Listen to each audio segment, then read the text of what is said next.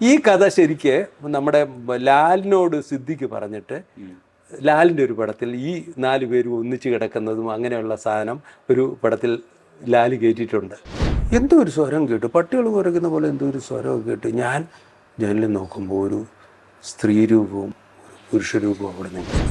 ഈ രാധ ചാടാൻ നോക്കി രാമൻ കയറി പിടിച്ച് രണ്ടുപേരും കൂടെ താഴെ വീണു മരിച്ചു. ഇതാണ് അവിടുത്തെ കഥ.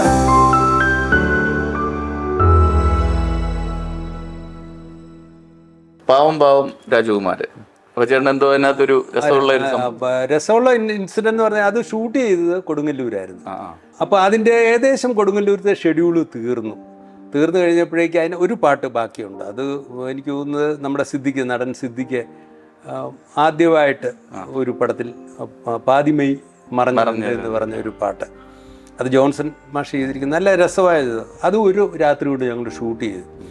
അതിൻ്റെ ക്ലൈമാക്സ് ഞങ്ങൾക്ക് ഊട്ടിയിലാണ് ഷൂട്ട് ചെയ്യേണ്ടത്. അപ്പം അങ്ങോട്ട് പുറപ്പെടാനുള്ള ഒരു ടെൻഷൻ കൂടെ ഉള്ളതുകൊണ്ട് രാത്രി ഒരു 2 മണി ഒക്കെ ആയപ്പോഴേക്കും ഞങ്ങൾ ഷൂട്ട് ചെയ്ത് തീർത്തു. രാവിലെ നമുക്ക് ഊട്ടിക്ക് പുറപ്പെടാമെന്നത്.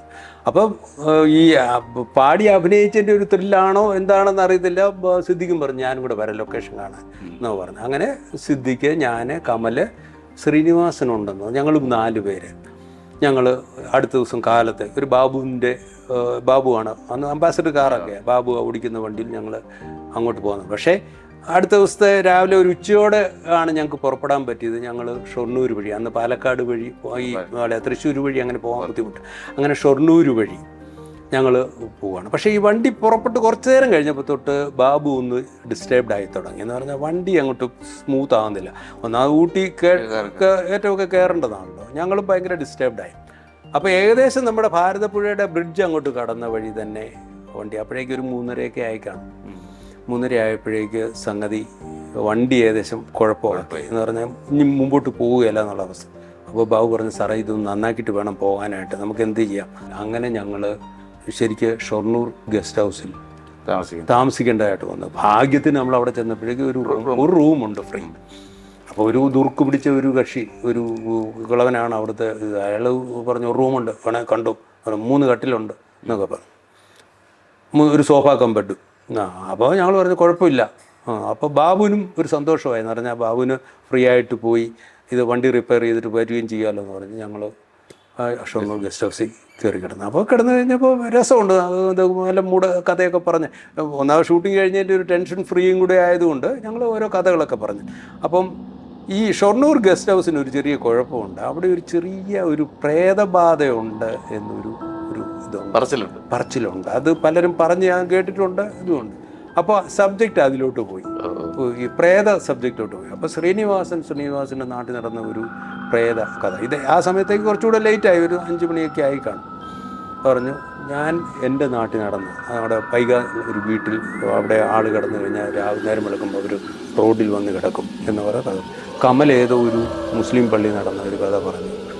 സിദ്ദിഖും അതുപോലെ ഓരോ കഥകൾ പറഞ്ഞു. ഇങ്ങനെ ഈ കഥ പറഞ്ഞ് ഇരുട്ടായപ്പോഴേക്കും ഞങ്ങളൊക്കെ ശരിക്കും പേടിയായി തുടങ്ങി.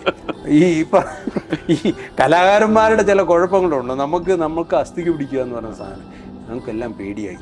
ഈ പറഞ്ഞ ശ്രീനിവാസനും ഇതായി, ഈ പറഞ്ഞ വലിയ ബുദ്ധിമാന്മാരായിട്ടുള്ള സിദ്ദിഖുമൊക്കെ പേടിയായി. ഈ കട്ടിലുകൾ അവിടെ ഇവിടെയൊക്കെ സ്കാറ്റർ ചെയ്ത് കിടന്നതെല്ലാം കൂടെ അവസാനം ഒന്നിച്ച് കൂട്ടിയിട്ട് കിടക്കാനുള്ള തയ്യാറെടുപ്പായി. പറഞ്ഞാൽ വിശ്വസിക്കുകയല്ല, ഞങ്ങൾ 4 പേരും കൂടെ ഒന്നിച്ച് ഇങ്ങനെ കിടന്നു. എല്ലാവർക്കും പേടിയാണ്. പിന്നെ അപ്പോഴേക്ക് കുറച്ച് കഴിഞ്ഞപ്പോഴേക്ക് ബാബുവിനെ താഴെ ഒരു റൂമിലാണ് കിടന്നത്. ബാബു ഓടിക്കയറി വന്നു, സാറേ എനിക്കവിടെ കിടക്കാൻ പറ്റുന്നില്ല, എന്തൊക്കെയോ സ്വരങ്ങളും ബഹളങ്ങളും ഒക്കെ കേൾക്കുന്നുണ്ട് എന്ന് പറഞ്ഞു. അപ്പോൾ ബാബു എന്ന് പറഞ്ഞാൽ ഓടിപ്പോയി അവിടുത്തെ ഡൈനിങ് ടേബിളിലോട്ട് ഒരു ബെഡ്ഷീറ്റൊക്കെ വിരിച്ചിട്ട് ബാബു അവിടെ കയറി കിടന്നു. ഇത് ഇത്രയും കൂടെയൊക്കെ പറഞ്ഞു കഴിഞ്ഞപ്പോൾ എന്താ ബാബു ഉണ്ടായെന്ന് പറഞ്ഞാൽ, സാറേ ഇപ്പോൾ ഒരു ബഹളമൊക്കെ കേട്ട് ഞാൻ ഇറങ്ങിച്ചെന്നു അതിലേ പോകുന്ന പോലെയൊക്കെ എനിക്ക് തോന്നുന്നത്.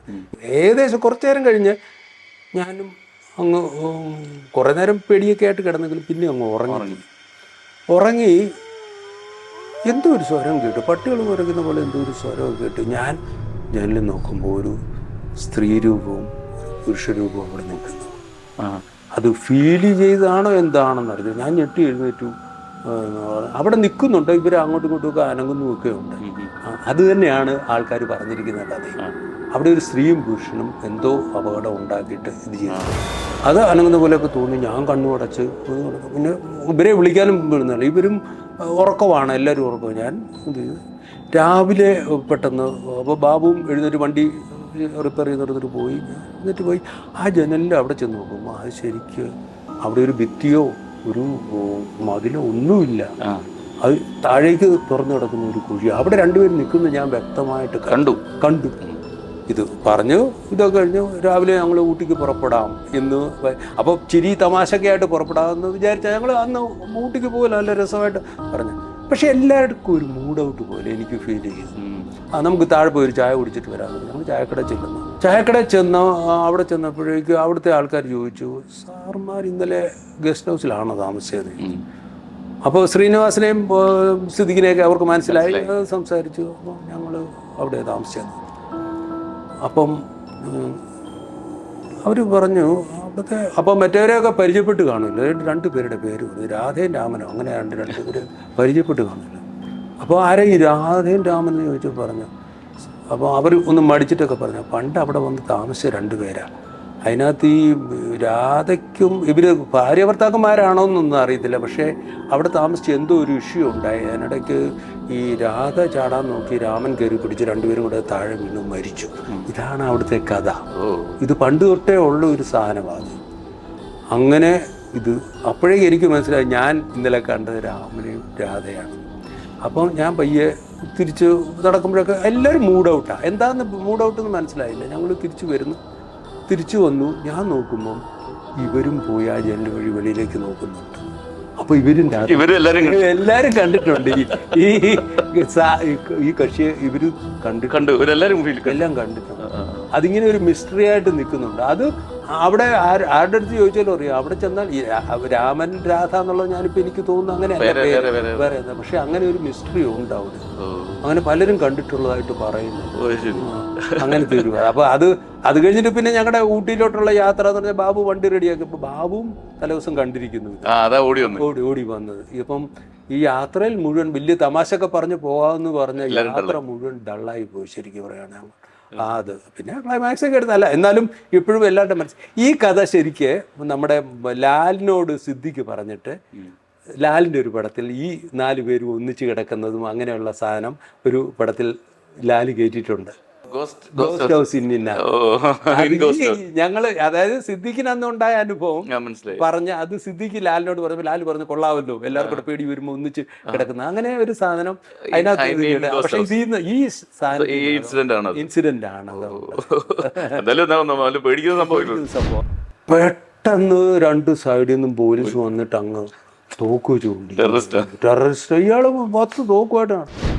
ആ സമയത്ത് മറ്റവർ കയറി വന്ന് വേണമെങ്കിൽ ഞങ്ങളെയും വരെ ഷൂട്ട് ചെയ്തിട്ടുണ്ട്. അങ്ങനത്തെ 144 പ്രഖ്യാപിച്ചിരിക്കുന്ന സമയമാണ്. ഞെട്ടിപ്പോയി. ഭയങ്കര ബ്യൂട്ടിഫുൾ ആയിട്ടുള്ള ഫ്രെയിം. ഇങ്ങനെ മുമ്പിൽ കൂടെ പുഴ ഒഴുകുന്നു, അപ്പുറത്ത് ഈ താജ്മഹൽ ഇങ്ങനെ